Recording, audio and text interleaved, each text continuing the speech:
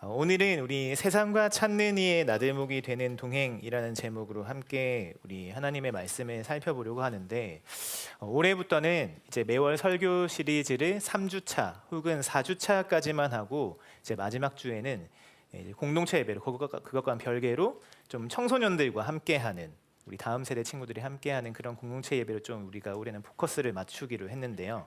그래서 오늘은 설교를 조금 더 쉽게 잘 전달해 보려고 합니다. 네, 그 시작을 제가 맡게 되었습니다. 이유는 이제 더 이상 설명을 드리지 않아도 잘 아실 거라고 생각하는데, 또 제가 초등학생 대상 설교 경력이 꽤 있기 때문에 오늘 잘 전해 보도록 하겠습니다. 우리가 오늘 우리 함께 나눌 하나님 말씀을 같이 읽어봤으면 좋겠는데요. 우리 사도행전 8장 4절에서 13절 말씀을 우리 한 목소리로 같이 읽어보도록 하겠습니다. 읽겠습니다. 시작. 그런데 흩어진 사람들은 두루 돌아다니면서 말씀을 전하였다. 빌립은 사마리아 성에 내려가서 사람들에게 그리스도를 선포하였다.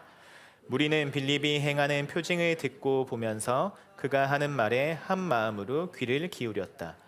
그것은 귀신 들린 많은 사람에게서 악한 귀신들이 큰 소리를 지르면서 나갔고, 많은 중풍병 환자와 지체 장애인이 고침을 받았기 때문이다.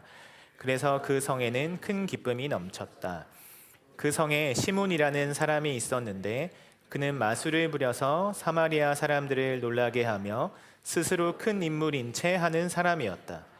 그래서 낮은 사람으로부터 높은 사람에 이르기까지 모두 이 사람이야말로 이른바 하나님의 위대한 능력의 소유자이다 하고 말하면서 그를 따랐다.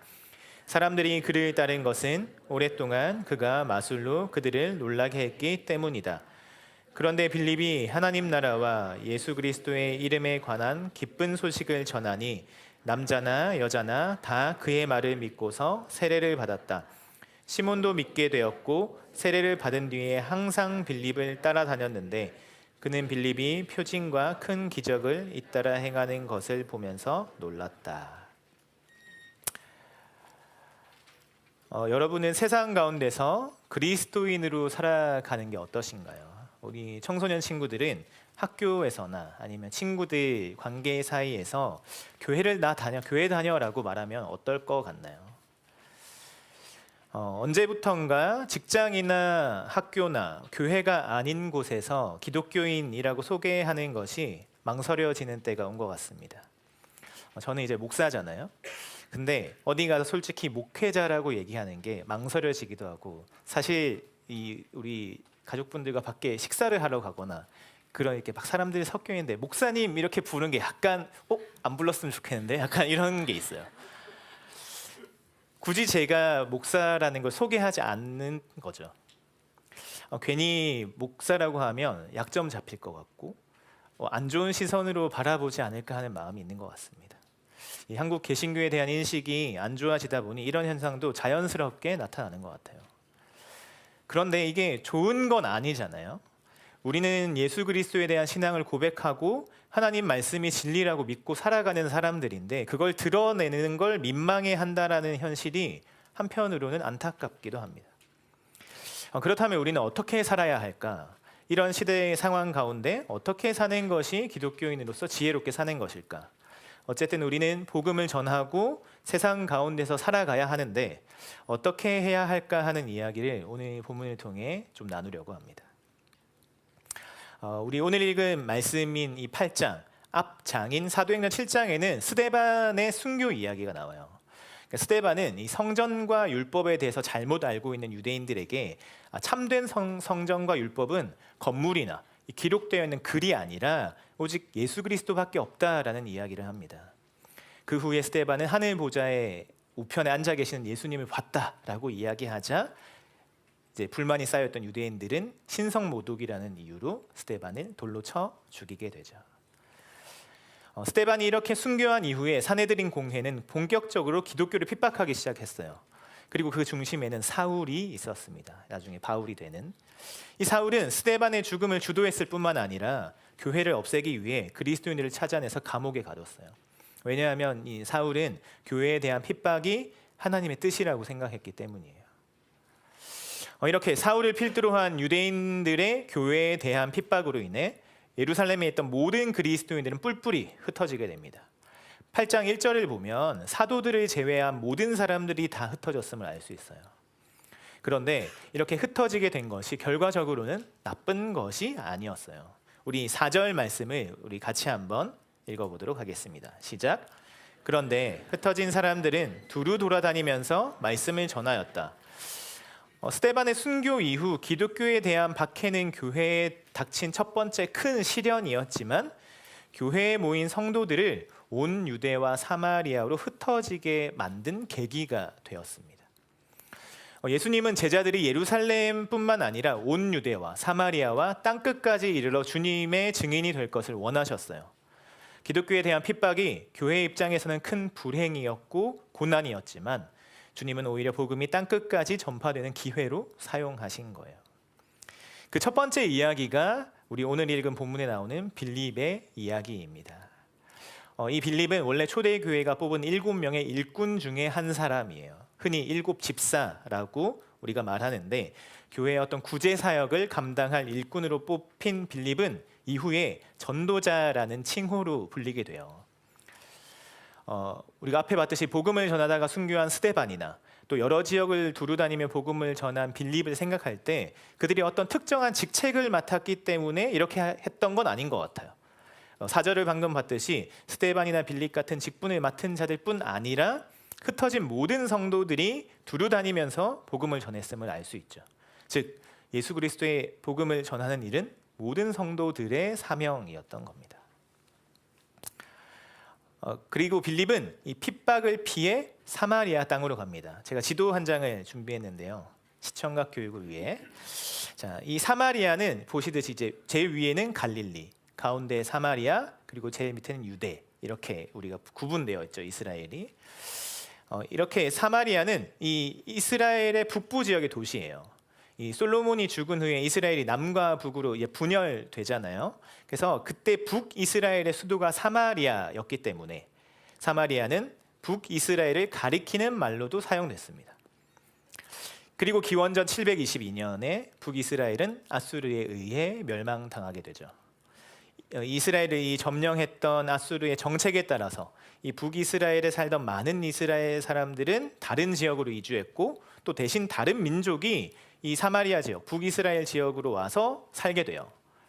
그래서 자연스럽게 이 원주민이었던 북이스라엘 백성들과 이주해온 이민족, 이방 민족들은 함께 살게 되는데 이 일로 인해서 이방 민족과의 결혼을 경멸하던 남쪽의 남유다 사람들, 유대인들은 이 이민족의 피가 섞인 사람들을 사마리아 사람이다라고 부르면서 멸시하기 시작합니다. 누가복음 10장에 나오는 예수님의 선한 사마리아인의 비유, 그리고 요한복음 4장에 예수님이 사마리아의 여인과 하신 대화에서 알 수 있듯이 예수님 당시 유대인들이 얼마나 사마리아 사람들을 무시했는지 알 수 있어요. 그런 곳에 이제 예수 그리스도의 복음이 전파되는 겁니다.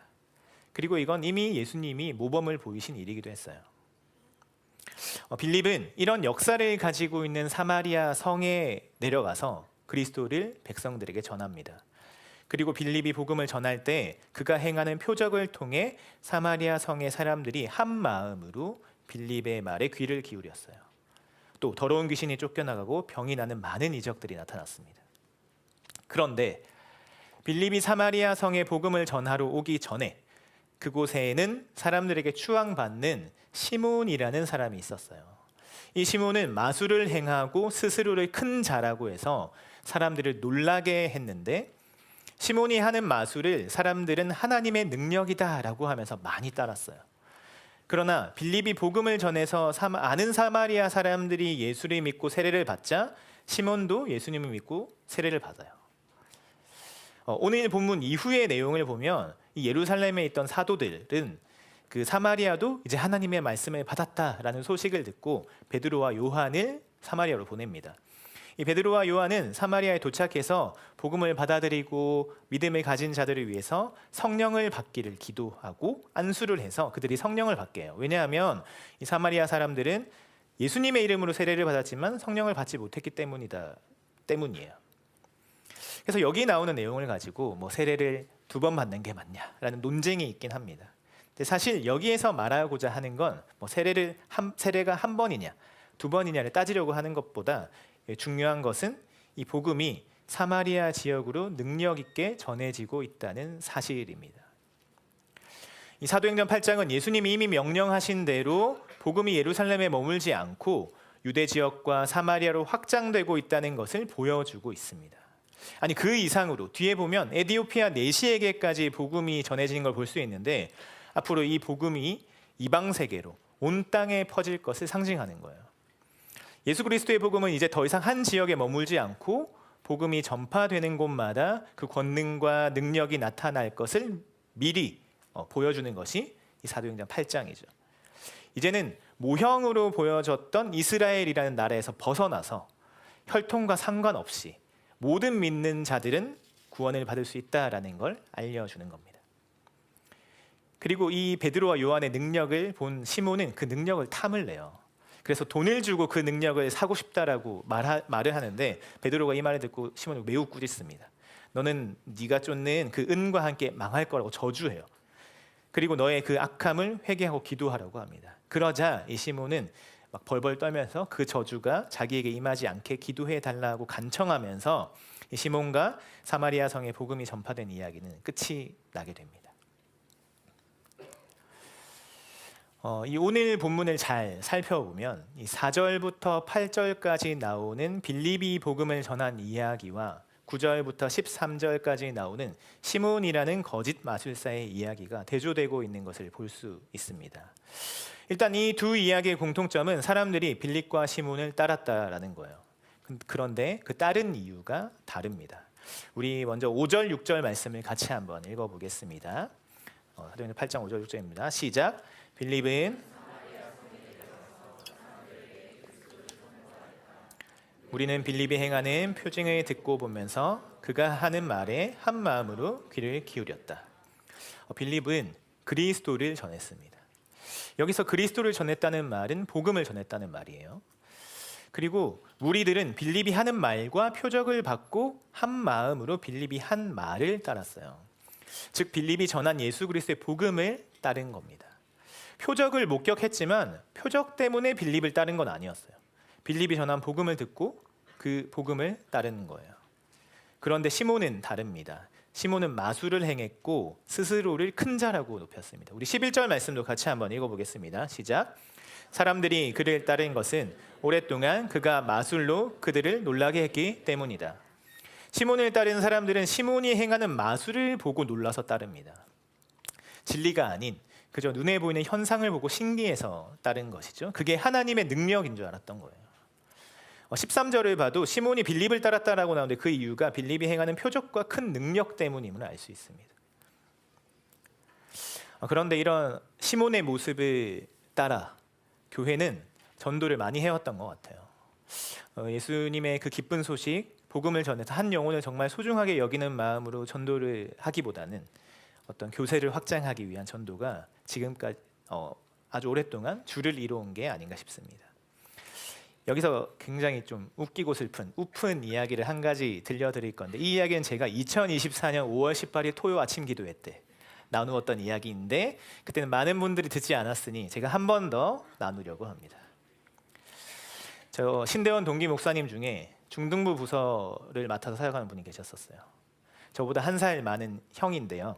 지금은 그 교회를 이제 사역하지 않지만 당시 사역하던 교회가 행사를 굉장히 많이 하는 교회였어요. 그러니까 교인 수를 늘리기 위해서 계속 행사를 많이 하는 거예요. 그래서 한 주일은 주일학교 전체, 이렇게 다음 세대겠죠, 우리로 치면 주일학교 전체가 친구 초청 잔치를 하게 되는데 부서마다 할당량이 있었어요. 그날 교육부서 전체 출석 목표를 1000명으로 잡아서 이제 중등부는 출석이 평소에 60여 명 정도 되는데 할당된 인원을 나눠보니 중등부에서 출석해야 하는 인원이 155명이었어요. 평균 출석 인원의 2.5배를 한 주 만에 준비해 데려와야 되는 거죠. 근데 지금도 그렇지만 당시에도 누가 교회를 나오나요? 그것도 중학생이면 더 안 오겠죠. 전부 일요일에 게임하거나 친구들이랑 놀거나 개인적인 시간을 갖거나 하지 누가 교회로 오겠나요? 그냥 오라고 하면. 그래서 당시 교회에서 고안한 방법이 일단 기존에 있던 아이들, 출석하는 아이들에게 문화상품권 5,000원짜리를 한 장씩 주고 친구를 한 명 데려올 때마다 한 장씩 더 준다고 했어요. 그리고 여기에 추가로 그 부장이셨던 장로님이 사비를 내셔가지고 5명 이상 데려오면 보너스로 문상 5만 원 더 주겠다. 이렇게 공약을 거신 거예요. 계산을 해보면 5명을 데리고 오면 자기가 받는 문화상품권 처음에 5,000원, 5명 데리고 왔으니까 25,000원. 여기에 추가로 받는 거 5만 원 더하면 8만 원의 문화상품권을 받게 되는 거예요. 이렇게 이제 한다고 하니 그 이제 이 목사님이 마음이 힘들어서 저희에게 이야기를 한 적이 있었어요. 농담 반 진담 반으로 저한테 너희 부서 애들 좀 보내달라고 얘기를 하더라. 부탁을. 당시에 제가 사역하던 교회가 멀지 않았거든요. 사실 저도 막 힘내라고 위로를 하면서 근데 불가능하다. 어떻게 그게 가능하냐라고 생각했습니다. 요즘 아이들이 누가 그냥 교회 가자고 하면 오냐. 아무리 아이들 문화상품권을 좋아한다고 하지만 평소 60명 나오는데 155명을 일주일 만에 어떻게 나오게 할까라는 생각을 했었습니다. 그리고 한 주가 지나고 그날이 다가왔어요. 과연 155명을 넘겼을까? 저도 이제 너무 궁금해서 몇 명 왔냐라고 물어봤더니 정확하게 157명이 왔다라고 하더라고요. 그 중에 한 명의 친구는 16명을 데리고 와서 문화상품권 20만 원어치를 받아간 친구도 있었다고 해요. 그 목사님 입장에서는 어쨌든 이제 데리고 와야 하는 인원은 넘겨서 어떤 책임은 이제 난 할 거 다 했다라고 할 수 있지만 그 소식을 듣고 한편으로는 야, 그렇게 해서 아이들이 모였다는 게 좀 씁쓸하기도 했습니다. 그리고 나서 그 다음 주에 아이들이 몇 명 나왔을까요? 62명이 나왔어요. 바로 원상복귀한 거죠. 모두가 그렇지는 않겠지만 대부분의 교회들은 이런 마음으로 전도를 하지 않았나 싶습니다. 뭐 정도는 다르겠지만 그래도 우리 교인이 늘었으면 좋겠다라는 마음이 있는 거죠. 하지만 그거는 본질적으로 진짜 복음을 전하는 게 아니죠. 전도는 수적 부흥의 무기가 아니니까요. 이러한 결과로 교회 안에 우리가 흔히들 신자 아니면 성도라고 불릴 만한 사람들은 점점 사라지고 교회 출석만 하는 사람들이 늘어나면서 지금의 상황에 이르게 되지 않았나 싶습니다. 물론 그 책임은 목회자가 가장 크다라고 생각하고요. 다행스럽게도 우리 공동체는 그런 목적으로 전도를 하지 않는 것 같아요. 이거는 뭐 우리는 다르다라는 걸 자랑하려는 게 아니라 제가 보고 느낀 바를 이야기하는 겁니다. 우리는 우리가 믿는 하나님 나라의 복음을 전하려고 하고 그 복음을 듣고 함께 살아가기를 힘쓰는 공동체를 소개합니다. 그래서 아직 복음을 모르고 헛된 것을 쫓아 살거나 갈 방향을 알지 못하는 사람들에게 예수님과 공동체를 소개해요. 그렇게 할 때 소중한 한 명 한 명이 가족이 되는 것을 볼 수 있었어요. 우리는 그리스도를 전해야 됩니다. 우리 교회에 오면 막 좋은 것들이 많아 뭐 이렇게 이야기할 수도 있겠지. 그런 걸 이야기하는 게 아니라 우리 교회에 오면 예수님을 알 수 있다. 예수님께서 죄인인 우리를 대신해서 그 벌과 형벌과 저주를 받으셔서 우리를 새로운 존재를 만드셨다. 그분은 우리에게 참 평안과 사랑을 주시는 분이라고 그분 안에 거하면 우리는 하나님 나라를 경험할 수 있다라고 말하는 거예요. 그런데 요즘에 이런 말이 더 안 통하는 것 같기도 합니다. 그냥 어떤 복음의 내용만을 전해서는 전도가 어려운 것처럼 받아들이는 것 같아요. 좋은 관계를 맺어야 하고 다른 무언가를 제시해야 되는 것처럼 되어버렸어요. 더 높은 수준의 도덕적, 윤리적인 삶을 살아야 더 효과적으로 복음을 전할 수 있다라고 이야기해요. 물론 이건 시대적인 영향도 있겠죠. 하지만 저는 예수 십자가 복음 그 자체에 힘이 있다라고 지금도 믿습니다. 환경으로 인해서 복음을 전하는 방법은 좀 다르겠지만 그렇다고 복음이 가진 그 능력이 부족한 건 아니라고 생각해요. 이렇게 된 건 예수님을 믿는다라고 한 사람들이 그 복음의 내용을 따라 살지 못했기 때문인 거지 복음 자체가 힘이 없거나 능력을 잃어버린 것은 아니라는 사실을 우리가 잘 기억했으면 좋겠습니다. 우리는 그리스도를 전해야 되고 예수 그리스도의 십자가 복음이 기독교의 핵심이라는 것을 잊어버리지 않았으면 좋겠습니다. 시몬에게 현혹되어서 따르던 사람들이 빌립이 나타나자 그를 따른 것은 다른 그 어떤 것도 아닌 바로 빌립이 전한 그리스도의 복음이었다라는 사실을 우리가 잘 기억했으면 좋겠습니다. 그런데 제가 여기서 그러면 우리 올해 열심히 전도합시다라는 이야기를 하고 싶은 게 아닙니다. 물론 우리는 늘 복음을 전해야 하지만 이 어떻게 사마리아 사람들이 복음을 받아들였을까를 생각하면서 그 이유에 대해서 같이 나누고 싶은 건데, 여기는 아주 중요한 게 한 가지 더 있는 것 같아요. 앞에서 설명했듯이 사마리아 사람들은 이미 혈통적인 막 이방 민족들이랑 막 결혼했으니까 피가 섞여서 혈통적인 순수함을 잃어버려서 유대인들에게 멸시와 무시를 당한 사람들이었어요. 유대인들은 사마리아 지역이 하나님께 버림받았다라고 생각했어요. 그래서 갈릴리, 아까 사마리아 유대 있었죠? 실제로 이렇게 막 돌아갔죠. 이렇게 이동할 때 사마리아 땅을 밟지 않으려고. 그래서 실제로 사마리아 사람들 중에 극성인 사람들은 이제 이 유대인들이 너무 미우니까 유대인들이 제사를 드리는 그 예루살렘 성전에 가서 난동을 피웠다라는 이야기도 있습니다. 그만큼 이 유대인들에게 오랜 시간 무시당하고 핍박받아왔던 거예요. 그런 사마리아인들에게 지금 유대인인 빌립이 와서 유대인의 예수의 이야기를 전하는 거예요. 상식적인 사람이라면 빌립이 전하는 이야기를 거들떠도 보지 않았을 겁니다. 만약 제가 사마리아 사람이었다면 문전박대했을 것 같아요. 야, 너희는 우리가 더럽다고 우리 땅도 지나가지 않고 둘러가는 거룩한 사람들 아니냐. 그런데 이제 무슨 낯짝으로 나타나서 너희가 말하는 이야기를 듣고 그 예수라는 사람의 말을 믿으라는 거냐. 화를 내고 역정을 냈을 것 같습니다. 그러나 사마리아 사람들은 빌립에게 그런 반응을 보이지 않아요.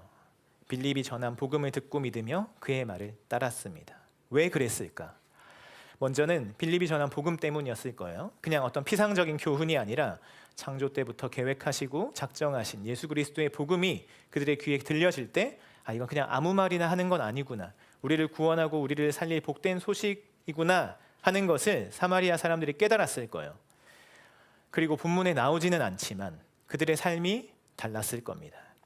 우리 사도행전 2장 44절부터 47절 말씀을 우리 같이 한번 읽어보겠습니다. 시작. 믿는 사람은 모두 함께 지내며 팔아서 모든 사람에게 필요한 대로 나누어 주었다. 그리고 날마다 한 마음으로 성전에 열심히 모이고 집집이 돌아가면서 빵을 떼며 순전한 마음으로 기쁘게 음식을 먹고 하나님을 찬양하였다. 그래서 그들은 모든 사람에게서 호감을 샀다. 주님께서는 구원받는 사람을 날마다 더하여 주셨다. 그들은 교회적 삶, 공동체로서의 삶을 살아가고 있었어요. 하나님을 사랑하고 이웃을 사랑하는 하나님의 율법을 살아내는 자들이었습니다. 내 것을 팔아서 다른 자의 필요를 채워주고 아무도 자기 소유를 주장하지 않는 참된 사랑을 실천하는 자들이었어요. 물론 그들도 복음을 전했을 겁니다. 그런데 그렇게 전하는 복음을 실제로 살아내는 모습을 보이니까 전하는 것과 살아내는 것이 동일하니까 그 파급력은 엄청났던 거예요.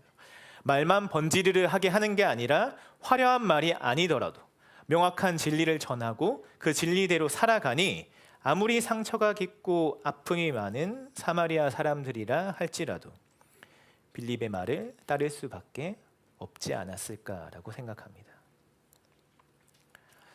그리고 이건 지금도 마찬가지라고 생각해요. 세상에서 그리스도인으로 살아가는 것이 쉬운 일은 아니지만 그래도 우리가 예수님을 주와 그리스도로 고백하고 또 말씀에 순종하고 우리에게 주어진 일들을 성실하게 감당하며 서로 사랑하면서 살아갈 때 그런 우리의 모습을 보고 예수님을 모르는 사람들은 우리를 인정할 거예요. 그리고 기회가 되었을 때 그들에게 복음을 전하면 교회에 와보겠죠. 아, 너가 믿는 예수님이 예수라면, 너가 다니는 교회라면 나도 한번 믿어보고 싶다. 요즘 사는 게 너무 힘들고 어려운데 너를 보니까 너무 편안해 보이고 좋아 보인다. 그 비결이 교회 가는 거라면 나도 같이 한번 가보겠다라고 이야기하지 않을까 싶습니다. 하나님이신 예수님께서 친히 이 땅에 오셔서 십자가에서 죽으시고 부활하신 이유는 그저 우리를 구원만 해주시려고 온 건 아닙니다. 구원받은 후에 이 땅에서 거룩한 삶을 하나님의 백성으로서 살아갈 수 있도록 하시기 위해 오셨어요. 예수 그리스도를 믿음으로 우리가 의롭게 된다라고 하는데 의로운 자로 살아갈 수 있도록 하시기 위해서 예수님은 십자가를 지신 거예요. 우리가 복음을 이야기할 때 단순히 속죄, 죄 용서받는 것만 이야기하는 복음을 말하는 것은 완전한 십자가 복음이 아닙니다. 왜냐하면 십자가는 이 세상을 향해 쏟으시는 하나님의 진노를 메시아가 오셔서 대신 받으신 것이기 때문이에요. 그 십자가가 내 죄를 사는 정도의 수준에서 복음을 믿고 있다면 그 복음은 반쪽짜리 복음이죠. 예수 그리스도의 십자가 복음을 전하면서 하나님 나라를 빼고 말한다면 그건 바울이 전한 복음도 예수가 전한 복음도 초대교회가 믿은 복음도 아닙니다. 이 말을 지금 이 사도행전의 저자 누가는 계속하고 있는 거예요. 그래서 우리가 계속 하나님 나라 이야기를 하는 거죠. 나는 이제 예수님 믿어서 구원받았기 때문에 괜찮아 라는 식의 생각을 하는 사람들이 있을 겁니다. 근데 그렇지 않죠. 우리는 구원을 한 번 믿으면 얻게 된 티켓 같은 게 아니잖아요. 그리스도를 믿고 예수님으로 옷 입어서 우리 안에 계시는 성령의 인도하심을 따라 거룩하게 살아갈 때 우리는 비로소 그리스도인이다라고 할 수 있습니다. 예수님 당시 유대인들이 그랬습니다. 물론 그들은 의롭지도 않았죠. 그들은 자신들이 지켜야 하는 율법들은 다 외우고 있었지만 진짜 그 의미도 알지 못했고 그 율법들조차 제대로 지키지 않았어요. 오히려 자신들이 지키기 편하게 변형시키고 막 추가하기도 해가지고 자신들의 전통을 만들었어요. 그러고는 그 전통을 율법과 같은 위치에 놓고 그걸 따르지 않으면 마치 죄인인 것처럼 하나님의 백성이 아닌 것처럼 취급했습니다. 말로만 큰 소리치고 실제 삶은 전혀 살아내지 못하는 거예요. 그러니 그들을 통해서는 하나님 나라의 복음이 전해질 수도 없었고 그들을 보고 아무도 변화될 수 없었습니다. 오히려 하나님을 욕먹이는 결과를 가지고 온 거죠. 우리가 믿음을 어떻게 분별할 수 있나요? 눈에 보이지 않는 믿음을 분별할 수 있는 건 바로 그 사람의 삶과 행동이겠죠. 어떤 말을 하는지, 어떻게 살아가는지, 어떤 문제에 부딪혔을 때 어떤 결정을 하는지를 보면 우리는 저 사람이 진짜 믿음을 가졌는지 아니면 말만 기독교인이다라고 하는지 알 수 있습니다. 그런 사람들 주변에 한 명씩 보셨잖아요. 예전에는 교회 다녔는데 자기 막 주변에 그 교회 다니는 사람들 때문에 이제 나 교회 더 이상 안 간다. 기독교에 대한 거부감이 든다라고 이야기하는 사람들. 교회 다닌다고 하면서 교회를 다니지 않는 사람들보다 더 바르게 살지 못하는 모습 때문에 실망해서 자기는 절대 안 간다는 거죠. 이런 이유로 가나안 성도가 된 사람들도 꽤 있죠. 마치 오늘 본문에서 본 시몬처럼 세례도 받고 전심으로 따르는 것 같지만 결국엔 불의에 매인 바 되는 삶을 사는 모습 때문에 주변에 피해를 주고 상처를 줘서 믿지 않는 자들에게 불신을 심어주는 겁니다. 올해 우리 교회 비전이 무엇인지 아시나요? 비전 주보에도 나와 있는데 세상과 찾는 이들의 나들목이 되는 교회입니다. 올해는 우리가 찾는 이들과 그 가나안 성도 또 세상 가운데서 나들목이 되는 교회가 되자는 것을 비전으로 세웠어요. 사실 그렇게 하기에 쉽지 않은 요즘이지만 우리는 우리에게 허락된 상황 가운데 복음을 전하고 우리 주변에 길을 잃고 헤매는 사람들에게 예수님과 공동체를 소개해야 합니다. 또 소외되고 어려운 이웃들을 사랑해야겠죠. 나는 무엇을 할 수 있을까? 우리는 무엇을 할 수 있을까를 고민하며 올 한 해를 함께 보냈으면 좋겠습니다. 우리끼리 같이 예배드리고 모임하고 교제하면 너무 좋죠. 하지만 제자들에게 세상 끝까지 복음을 전하라고 하신 예수님의 말씀을 기억하면서 우리 이웃과 주변에 그리고 사회에서 어떻게 하면 우리가 좋은 그리스도인으로서 교회로서 살아갈 수 있을까를 생각하고 작은 것이라도 시도하는 실천하는 2026년이 되기 바랍니다.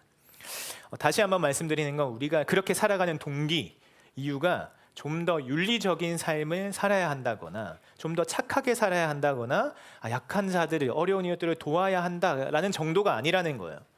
그런 이유로 선하게 살아가는 사람은 기독교인이 아닌 사람도 많습니다. 오히려 더 적극적으로 우리보다 행동하기도 하죠. 우리는 그런 이유 때문에 그렇게 사는 게 아니에요. 우리는 예수 그리스도의 복음 때문에 그렇게 살아가는 겁니다. 그리스도께서 죽어 마땅한 우리를 위해 하나님의 진노를 다 받아서 대신 십자가에서 죽으시고 부활하셔서 우리에게 새 생명을 허락하셨기 때문에 그래서 우리가 예수 그리스도의 그 십자가 의로 말미암아 다시 하나님의 자녀가 되었기 때문에 그렇게 살아야 한다는 사실을 꼭 기억했으면 좋겠습니다. 근데 거기서 끝이 아니죠. 나 혼자만 잘 먹고 잘 사는 게 아니에요. 우리는 하나님의 은혜를 받은 자로서 교회로 공동체로 살아가야 합니다. 하나님 안에서 한 가족이 되어서 희생하고 헌신하고 내 것을 내어주며 서로 사랑하며 살아가는 거예요. 공동체는 꼭 반드시 필요합니다. 그것이 하나님의 창조 목적이고 그리고 우리 스스로를 지켜주는 것이기도 해요. 그리고 그 모습을 통해 그리스도를 전합니다. 그렇게 우리의 입술과 삶으로 그리스도를 전할 때 세상과 하나님을 알지 못하는 사람들은 주님 앞에 나아올 것이라고 생각합니다. 마지막으로 이 빌립이 오랜 역사 가운데 아픔을 당했던 사마리아에 가서 복음을 전했을 때 사마리아가 어떻게 되었는지를 같이 봤으면 좋겠는데, 우리 8절 말씀을 마지막으로 같이 한번 읽어보겠습니다. 시작. 그 성에 큰 기쁨이 있더라. 빌립이 사마리아에서 복음을 전했을 때 그곳에는 큰 기쁨이 넘쳤습니다. 오랜 기간 동안 사람 취급도 받지 못하고 개보다 못한 존재로 여김받던 그곳에, 아픔과 슬픔이 가득한 곳에 이제는 예수 그리스도의 복음으로 인해서 큰 기쁨이 있는 거예요. 사랑하는 나들목 동행 교회 가족 여러분, 그리고 우리 다음 세대 청소년 여러분, 여러분을 통해서 우리가 속한 곳에 큰 기쁨이 넘치는 일들이 가득했으면 좋겠습니다. 그리고 그 기쁨의 이유가 어떤 돈이나 명예나 성공이나 다른 그 어떤 것이 아닌 오직 예수님 때문이었으면 좋겠어요. 그로 인해서 공동체로 살아가는 우리 때문이었으면 좋겠습니다. 우리에게 참 기쁨을 주실 분은 오직 그리스도밖에 없습니다. 그 예수님 한 분만을 믿고 따르며 복음을 전하고 전한 대로 살아가는 저와 여러분이 되길 바랍니다. 그래서 예수님을 모르고 여전히 고난과 고통 가운데 살아가는 자들이 우리를 통해 주님을 알고 주님이 주시는 참 평안 가운데 거하는 일이 많아지는 올 한 해가 되길 예수님의 이름으로 축복합니다. 우리 시간 오늘 들은 말씀을 기억하며 1분간 침묵으로 나아가도록 하겠습니다.